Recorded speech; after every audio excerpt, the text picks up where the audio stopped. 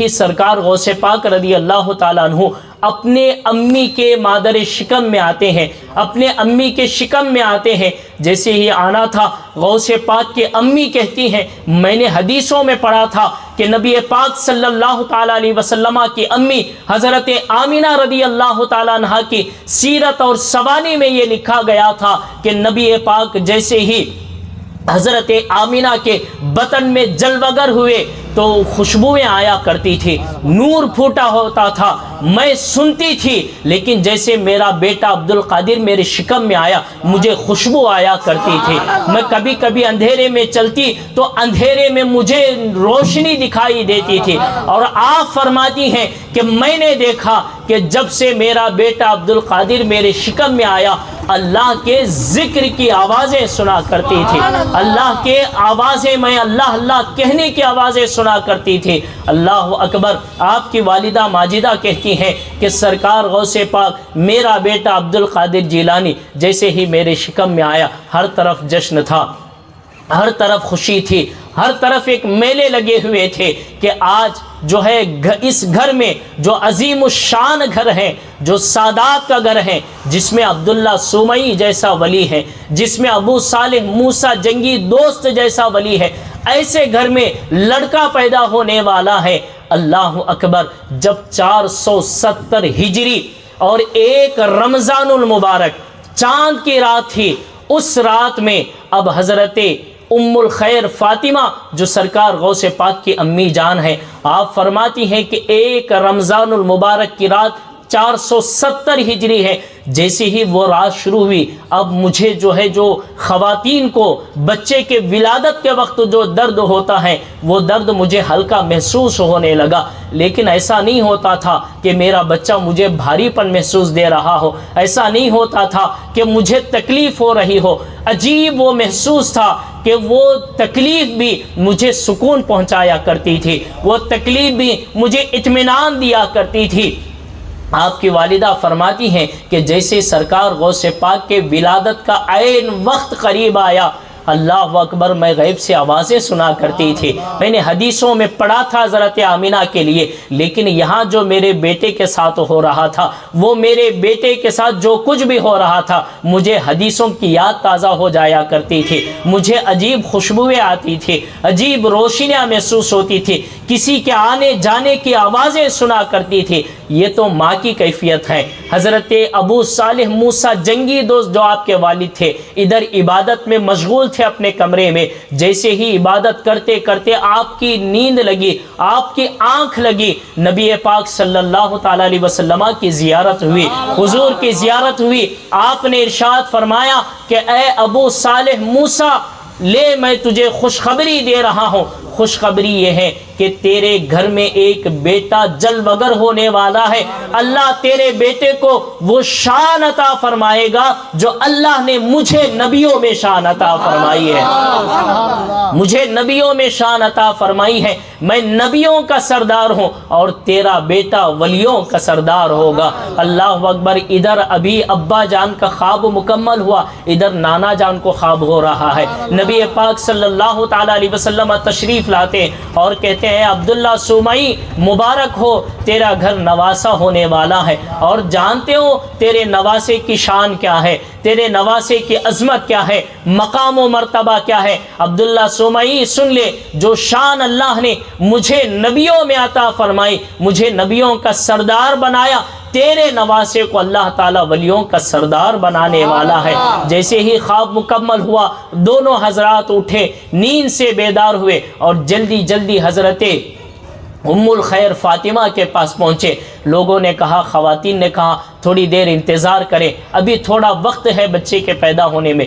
دیکھو یہاں عجیب بات ہے، ابھی بچہ نہیں ہوا، خوشخبریاں پہلے سے چل رہی ہیں۔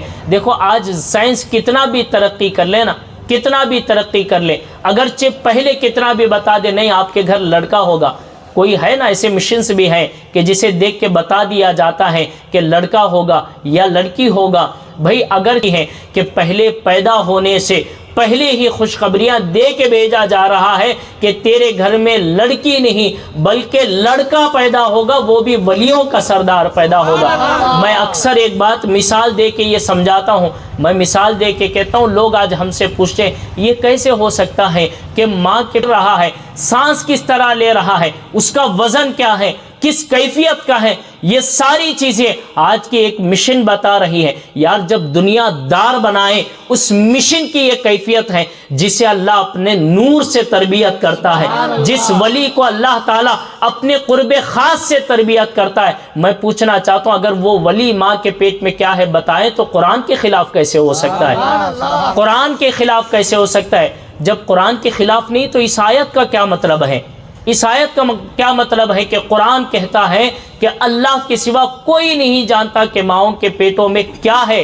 اس آیت کا مطلب یہ ہے کہ لوگوں تم خود سے نہیں جانتے، اللہ کی عطا سے جانتے ہو۔ تم خود سے نہیں جانتے ہو، خود سے جو جانتا ہے وہ اللہ کی ذات ہے، خود سے جو جانتا ہے وہ اللہ کی ذات ہے، اور جو تم جانتے ہو وہ اللہ کی عطا سے جانتے ہیں۔ اور آج کے مشن ہر چیز بتا دیتے ہیں تو یہ تو اللہ والوں پر انگلیاں اٹھانے چلتے ہیں۔ اللہ والے کیسے بتا سکتے ہیں؟ کیوں نہیں بتا سکتے؟ یہ مشن تو جو مشن تیار کی گئی اس کے ذریعے دیکھا جاتا ہے کہ بچے کی کیا کیفیت ہے۔ یہاں تو حدیث کہتی ہے کہ جب اللہ کا ولی بن جاتا ہے اللہ اس کی آنکھ بن جاتا ہے۔ حدیث تو کہتی ہے اللہ اس کی آنکھ بن جاتا ہے۔ اب جس کے آنکھوں میں اللہ کی قدرت کام کر رہی ہے کیا وہ نہیں بتا سکتا کہ لڑکی ہو رہی ہے لڑکا ہو رہا ہے؟ تو یہ اللہ والوں کی شان ہے جو قرآن و حدیث میں بتائی گئی ہے۔ لہٰذا یہاں سرکار غوث پاک رضی اللہ تعالیٰ عنہ اب دنیا میں تشریف لا رہے ہیں۔ کس شان کے ساتھ تشریف لا رہے ہیں، کس عظمت کے ساتھ تشریف لا رہے ہیں؟ روایتوں میں آتا بڑے بڑے محدثین نے لکھا ہے، بڑے بڑے محدثین کہتے ہیں کہ سرکار غوث پاک دنیا میں تشریف لا رہے ہیں، بالکل وہی ماحول ہے کہ رات ڈھل رہی ہے دن نکل رہا ہے، رات ڈھل رہی ہے دن نکل رہا ہے۔ سرکار غوث پاک دنیا میں تشریف لا رہے ہیں۔ روایتوں میں امام ابن حجر عسقلانی لکھتے ہیں جس رات سرکار غوث پاک کی ولادت ہوئی اس شہر میں 1100 بچے پیدا ہوئے۔ کتنے بچے؟ 1100 بچوں کی ولادت ہوئی، اور اللہ نے ساروں کے گھروں میں لڑکے عطا فرمائے، ساروں کے گھروں میں لڑکے عطا فرمائے۔ سرکار غوث پاک رضی اللہ تعالیٰ عنہ جیسے ہی اس روئے زمین پر تشریف لائیں، آپ کی والدہ ام الخیر فاطمہ کہتی ہیں کہ میں نے دیکھا میرے بیٹے سے خوشبو آ رہی تھی، میرے بیٹے کا بدن بڑا پاک تھا۔ بھئی آج جب بچہ پیدا ہوتا ہے نا تو ہوتا کیا ہے، پیدا ہوتے پہلے اس کو کلین کرتے ہیں، صاف کرتے ہیں کہ جو گندگی لگی ہے وہ پاک ہو جائے۔ لیکن شان دیکھو سرکار غوث پاک کی، اللہ کے ولیوں کی شان کیا ہوتی ہے؟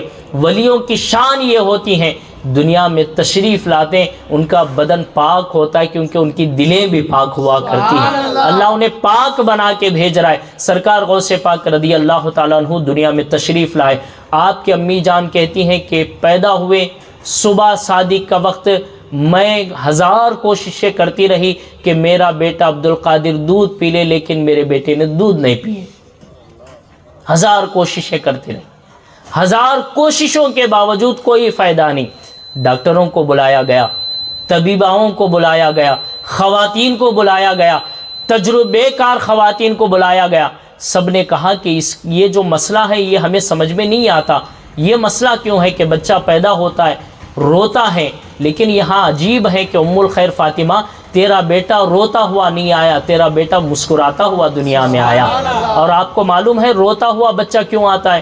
حدیث میں آتا ہے کہ نبی پاک صلی اللہ علیہ وسلم ارشاد فرماتے ہیں کہ ولادت کے وقت بچہ روتا اس لیے ہے کہ وہ شیطان بچے کے بغل میں چبوتا ہے، کبھی اس کے کندھے پر چبوتا ہے، کبھی اس کے پیٹ پہ چبوتا ہے۔ جیسے ہی شیطان اس کو چبونے کی کوشش کرتا ہے بچہ رونے لگتا ہے۔ غوث پاک کی سیرت میں آتا ہے کہ یہاں شیطان ہر بچہ پیدا ہونے والے کو شیطان چبوتا ہے، لیکن اللہ نے غوث پاک سے شیطان کو دور فرما دیا تھا۔